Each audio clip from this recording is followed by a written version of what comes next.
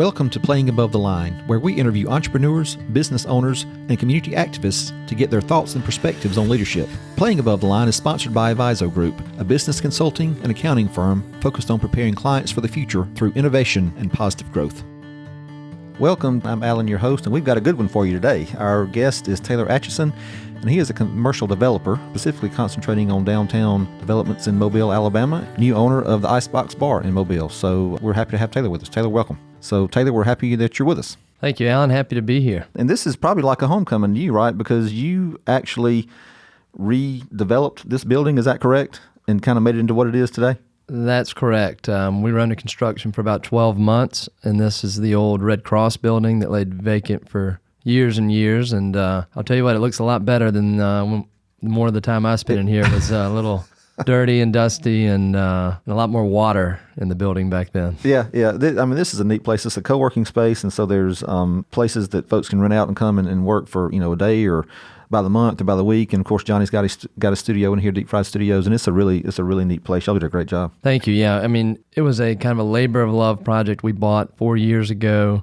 Couldn't find a tenant. It was really a monster of a project, 30,000 square feet, and able to work with Johnny and Stacy and put the Container Yard co-work space here in 8,000 square feet. Sarah Clark of Bay Gourmet has done an incredible job with a bar restaurant in the front called the Crooked Crown, and then there's an event hall called Crown Hall that she's leased out to parties anywhere from Mardi Gras organizations, weddings, and the dinner for the Austell announcing that ship, the USS Mobile. I got you. And so it's been a great space for a lot of different type of events and people. That really dovetails into what your passion is. And so you are a part of a family business, Atchison Properties, right? Correct. And you guys are hyper-focused on urban development, but specifically in downtown Mobile, correct? Absolutely. And I don't know if that has certainly been our focus, and it may be just because that's what we know how to do. But I've grown up in this area, and we invest in old buildings, bringing them back to life simply, sometimes because you drive by it every day and it's an eyesore to you, and if you can figure out how to make the numbers work, it feels better, it makes the neighborhood better. And we've just been trying for a long time as fast as we can, but it's a very slow process of finding buildings we like, purchasing them, and breathing life back into them. We really, really enjoy it. So back in the day, 25, 30 years ago, there was this urban flight, right, where people left the downtown areas and went out into the suburbs, and they wanted their big yards and picket fences and that kind of thing. Well, that's kind of reversed in some areas lately, right? Because, you find people moving back into downtown areas and that kind of thing. But in order to attract those people, you've got to have somewhere for them to come and eat and somewhere to shop and that kind of thing. So have you seen that in your experience with Mobile the last few years? Is that working to attract people back into the downtown area of the city? Yeah, we've been seeing this all over the country, really. And Mobile, if anything, is late to the party in kind of this resurgence of downtown. But it's not only a trend that's happening with people leaving the suburbs, and whether it's baby boomers that are now empty nesters or millennials that are graduating college and want that same kind of campus atmosphere with a lot of walkability and a lot of options for restaurants and music and a vibrant downtown. It's actually a necessity that our culture kind of restructures in a more dense downtown. There's a lot of studies out lately showing that the developments of the 60s, 70s, 80s, and these kind of suburban sprawl type of developments actually are a negative performing investment for the cities that they're being built in. The tax base that they create through property taxes and adjusted sales tax and things of that nature do not support the long-term infrastructure cost of those developments. So it's not only a trend in popularity. There's many designers, planners, city officials, and all forms of government calling for this as a necessity to keep our cities solvent. So do you think that it's people's kind of longing for a sense of community, that they realize that existing in a place like a downtown Mobile where you have a loft above a little family-run grocery store, or you've got your neighborhood bar where you can go in after work and grab a drink, and you see the same people every day, every weekend, whatever. Is that what people want now? They're just longing for that sense of community and connection. 1,000%. For so long, there was what they called a third place, outside of your home, outside of your office, where people would meet and hang out, whether it's a pub or a church, and we kind of as we adopted suburban sprawl, that third place became our car because of the amount of time you're spending. And you find if you live and work in the same area and you also spend your dispensable income eating and drinking there, your time expands dramatically and you have a lot more time for community, for neighborhood groups, support local arts and things of that nature. And so I think that's an absolute driver. I think that's why we see a lot of empty nesters who don't have a full house anymore coming downtown, and a lot of young people, pre-family or early family coming down here in droves. And Mobile's problem, if any, is just not being able to supply enough housing down here at the moment, enough varied housing. Well, but you're in the middle of, or maybe you just completed a development at the Old Shell School, right? Is it an apartment complex, right? Exactly. I worked with a developer out of Georgia named Pace Burt, who invested in Mobile probably about 5 years ago, buying a 90,000 square foot building at 951 Government Street. It was an IRS building that had laid vacant for years, office building. And I pushed myself on him when he came to town. And at the time, I had flipped a few historic homes, didn't have a lot of experience in construction. I took that project over for him and ran it as a project manager over construction and development, and produced 48 lofts in that building.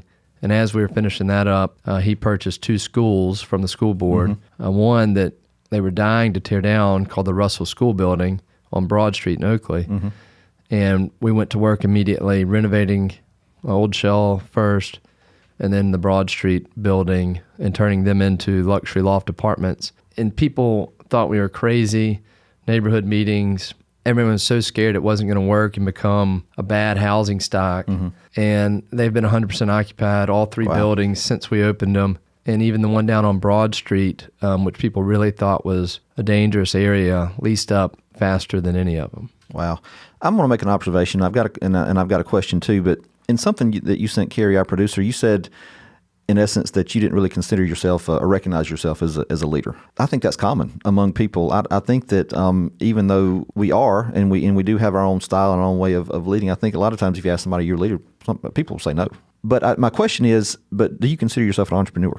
I certainly consider myself an entrepreneur. Okay, yeah. Almost to a fault. Yeah. But leadership, I run a company of one, and and it kind of comes and goes. I mean, at times, you don't feel like you're doing as much or on top of your game. And I think our leaders in our community certainly have that going on as well. But at times, everything's going on the right path. And so I try to be a leader to the people that I work with. Right. But I'm not leading and growing a company, so to speak. And a lot of times I think people think that leadership and entrepreneurship may be mutually exclusive. I don't really believe that, even though your team is one. I mean, it's you, but you still have to exercise those and have those qualities, I guess, to be able to, number one, see the vision of renovating an old IRS building and putting lofts in there, and then to the point where it's been occupied since it came online, right? So I mean, there are qualities that you've got to, I think, exhibit and have to be able to, number one, see that vision, and then once you see it, be able to work with the people that are everyone that's been involved in the process, because it's just more than you. I know that it has gotten that project completed, and the ones you've worked on before too. Yeah, absolutely. I mean, there's a lot of folks that work to make these things happen, and it's a huge team. And I do really enjoy kind of coming in and out of construction, design, civil engineering, permitting with the city, dealing with tenant, the management. And so, yeah, kind of from a development and construction point, it's really engaging because it'd be impossible to get bored because there's a billion different buckets that you can go into every day. But certainly by example, I mean, it took some leadership. My dad was a great leader, leading by example, coming down into this market and buying some of these buildings early when you're doing something either that is going to be looked at as great or be a failure, when every time people tell you you're crazy when you buy a building. And so yeah, by example for sure. I mean, that's not our goal necessarily, but it's probably a byproduct. And one of the things that you kind of said you might want to touch on is leading in crisis or leading during a period of change. And I would think that being in the business that you're in, development, and especially development that some people may think, obviously you believe in it, you think it's a good investment, but some people may look at you and think, geez, I don't know why you're doing that. Speak to that a little bit about some of the times where you've had to really kind of either lead through crisis in your own one-person operation, or maybe a project, has gone haywire. There's been issues with the building project. I mean, speak to that a little bit if you can. Yeah, leading in crisis is necessary in massive historic renovation projects that are. I think so. They're a mess by nature. There's probably bigger companies can be more formulated, and sometimes I feel like I'm running around putting finger in the breach and it's coming out somewhere else. But I've learned when a subcontractor comes with a massive problem that he just thinks has ruined the project, I know in my head that that's not an option for us. Mm-hmm. So immediately go into triage and how let the subcontractor know that it's going to be okay, because it has to be. I mean, there's just not an option to sit here and complain about and the project's over. So immediately go into the opportunities and get the subcontractor thinking creative with you on how to avoid or fix the problem that is the new crisis, because everyone's got one every day. And it's managing their expectations and calming them down, I think, that, truly moves you forward. Mm-hmm. And so that's what I try to do, especially, most crisis management I've done, I feel like it's certainly been in the midst of big construction projects. When you're between them day to day, less so, but sometimes a construction site can feel like a battlefield. Oh, I totally get it. And so, I think one of the qualities that I've recognized in most good leaders and entrepreneurs certainly is the vision that they have. And you recently, and we've talked about it before the podcast started recording, but you guys recently kind of branched out and entered the bar and restaurant scene, right? So you've kind of stepped away from the development, although you did develop the building, but you're also the owner of the Icebox Bar, right? That's correct. Okay. Yeah. So talk about how did that happen, and talk about the genesis of the way that came about. Yeah, we've wanted to invest in that area of downtown on Canal Street. There's 3 buildings from the old Crystal Ice Factory that we really love, and I think it just makes a very neat little area and could be a good pocket of energy for our downtown. And so I believe so much in the buildings, and I got a small investor group together, and we purchased the old ice factory adjoining or adjacent garage building. What we struggled with immediately is finding a tenant that wanted to jump down in that area with us.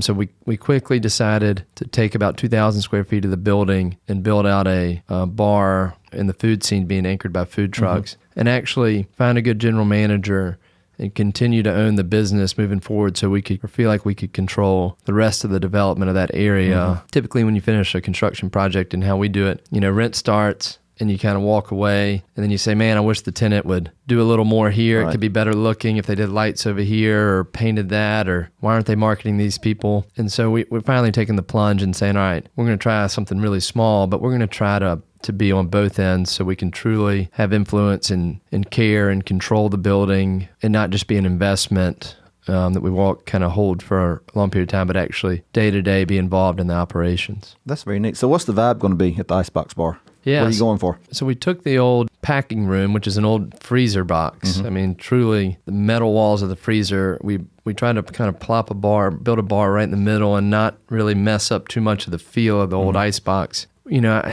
kind of a eclectic sports bar with cocktails. My wife gives me hell about not picking a theme, but we're a neighborhood club. We want to kind of feel like we can be different things to different people at different times. Yeah.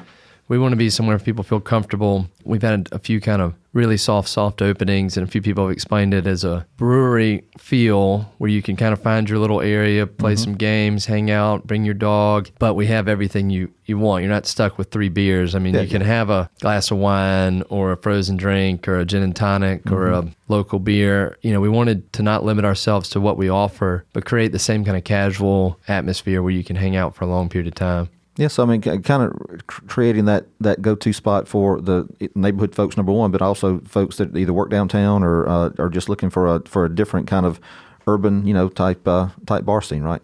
Yeah, it's a really cozy little feel, and we've got a good outdoor area, but focusing on having the area as a bumper pool table, ping pong, darts, where people, we want to be playful. And I think we're getting there. And we've met a lot with the Church Street East District in Mobile, downtown. We're in that district. And we are committed to having some sort of art scenes, whether we're given space. Like I said, it's 2,000 square feet of overall over there. We've got about 9,000 square feet. We want to have arts, whether it's resident artists, working and giving them space to display or some exterior stuff. But we're certainly committed to working with the artists in our community to kind of making it a hub of energy, creative energy, and sometimes, a little bit of booze helps the creative energy some. So I agree. I think that works well. And, and we hope to, if things go well, I told the neighbors, look, we're pretty certain we can sell liquor and cash flow this thing. Mm-hmm. I mean, that's probably the easiest thing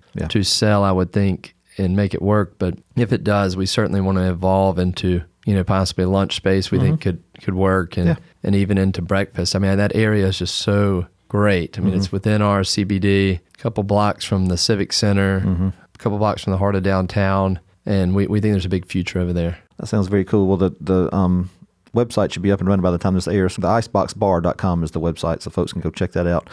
It's obvious that community is very important to you, and you have a passion for redevelopment and revitalization, especially of Mobile. How did that become such a passion of yours? I think growing up downtown, I grew up at Dolphin and Broad Street, basically, and have kind of been in this area. And being in development, really more than a lot of jobs or industries, puts you a lot around the city and the civic people. But I would say truly when Mayor Stimpson decided to run after being in private business his entire life and just felt like he was needed for Mobile and that he could do a good job, since he kind of ran and became that example of citizens that aren't lifetime politicians doing things good for the city and where that can take us as a city, was a real influence on me and what I give weekly to kind of my civic duty. Right. Well, we asked the question, give us a leader that you admire, and Mayor Sandy Stimpson was one that you pointed out. And he's not a typical politician, right? I mean, that's kind of his thing. I mean, he had some success in business and that kind of thing, and decided he wanted to give back to the community and decided to run for mayor. Yeah, exactly. I mean, he was never in politics directly. And believed our city was at a pivotal point and that we needed true leadership to move this thing forward. And I think he's done that, and I think he's sparked a lot of leaders throughout the community to kind of wake up and say, we got to keep an eye on the city and the things that we need to be doing, because we're competing with Savannahs and Charlestons and New Orleans and all these cities that we got to keep competing, and we got to keep our foot on the gas, because like we've talked about before, we've been the city of perpetual, opportunity, and it's time to actually get it done and do it. And so I think the timing of all this is just kind of lined up well for City of Mobile and Sandy and the people that are working to revive our downtown and all of Mobile. Well, so you're obviously very involved in what's going on with Mobile, especially downtown Mobile. So when you look out 5 years in the future, what do you think the cityscape is going to look like as far as downtown is concerned? Do you think that this is the pace of development is going to increase, or is it just one of these things that because you're dealing with older buildings and with that comes red tape and bureaucracy and that kind of thing, it's going to take a while? I mean, what do you see that looking like? I hope it increases a little bit. I think one of the great things of Mobile, opposed to some of the other cities, Nashville would be an example, we've built at such a slow pace and increased at such a moderate, slow pace that it's very easy to sustain. Mm-hmm. I don't really think it's great to just get into a crazy construction period and evolving over a very short term. I mean, it's a little frustrating as a developer to go slow, but I think for the health of our city, it's great. But if you were to key on kind of one project that's going to really depict the outcome of which way our city turns, I believe it's going to be the Civic Center project downtown. Okay.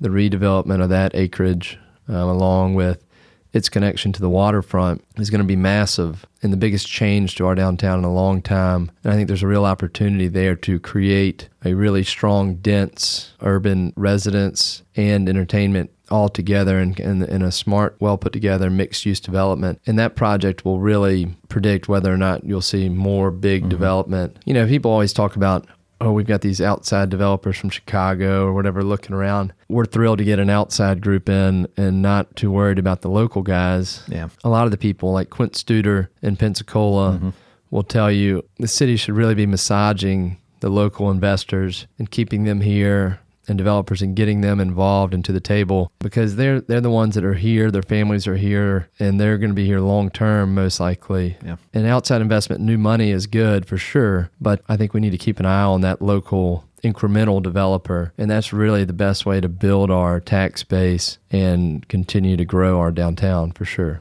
Yeah, that makes sense. And you mentioned the word patience, and I think that being in the line of work that you're in, I mean, you're in it for the long game, right? I mean, so I think this society that we live in right now, that we exist in, instant gratification, and we've got things at our fingertips. I mean, what you are doing is counterintuitive to that, because I mean, it is a long-term investment, and you don't necessarily always see immediate results, but I think if you do things the right way, like you're talking about, I mean, obviously, 5, 10, 15, 20 years down the road, you'll see the fruits of those labors for sure. It's absolutely a long game. It's not go out Friday night celebrating a big deal and a big check. And I'm here to tell you.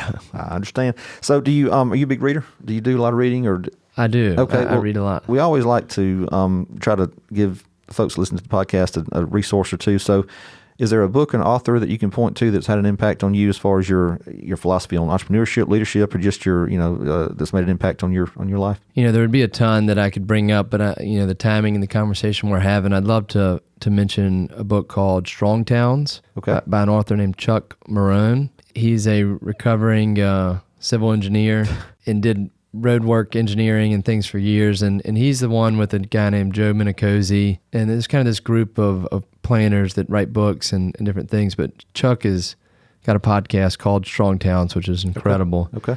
And him and Quint Pensacola are big fans of each other's, and Pensacola won the Strong Town Award this year for their investment, but basically they're the ones that have done the math and put the pencil to paper and figured out this infrastructure system that we've been developing as cities simply does not work for the tax dollars that it produces. Mm-hmm.